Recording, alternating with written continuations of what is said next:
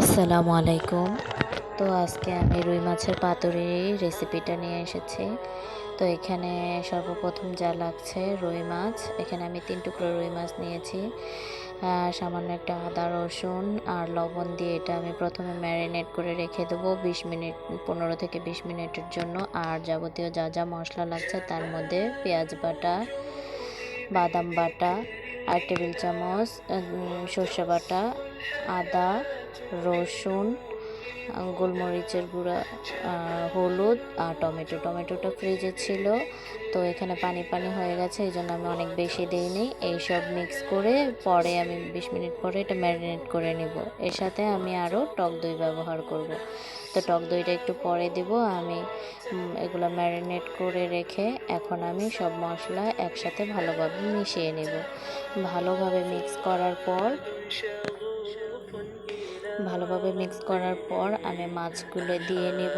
আর এখানে আমি ৬ থেকে ৮টার মতো লাউ পাতা নিয়ে নিয়েছি, যেহেতু আমি আগে কখনো এই পাতুরিটা রেডি করিনি। তো এই যে টক দই দিয়ে নিয়েছি, ভালো করে মিশিয়ে নেব। আর এই যে আমি ভালো করে ধুয়ে লাউ পাতাগুলো রেডি করে নিয়েছি। তো ভালো করে মিক্স করার পরে আর ২০ মিনিট এখানে আমি মাছগুলোকে কিন্তু ম্যারিনেট করে রেখেছিলাম।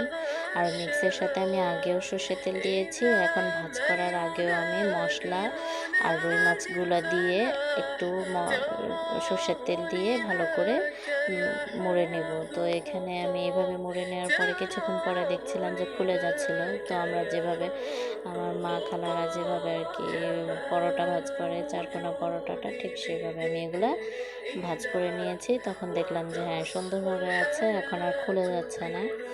তো এই যে আমি তাওয়া বসিয়ে আমি এখানে ভিতরে কিন্তু সর্ষের তেল দিয়েছি, কিন্তু তাওয়াতে আমি শুধু সয়াবিন তেল দিয়ে আমি পাতুরিটা ভেজেছি। যেহেতু আমাদের সর্ষের তেল খাওয়ার এত অভ্যেস নেই, আমরা সয়াবিন তেলে খাই। পুরোটা যদি সর্ষের তেল দিই তাহলে বেশি ঝাঁজ আসতে পারে, যেহেতু ভিতরে সরিষা দেওয়া হয়েছে। তো এই জন্য আমি ভাজার জন্য আমি সাদা সয়াবিন তেলটাই ব্যবহার করেছি। তো এই যে নেড়ে চেড়ে আমি উল্টে পাল্টে এটা ভালো করে ভেজে নিয়েছি।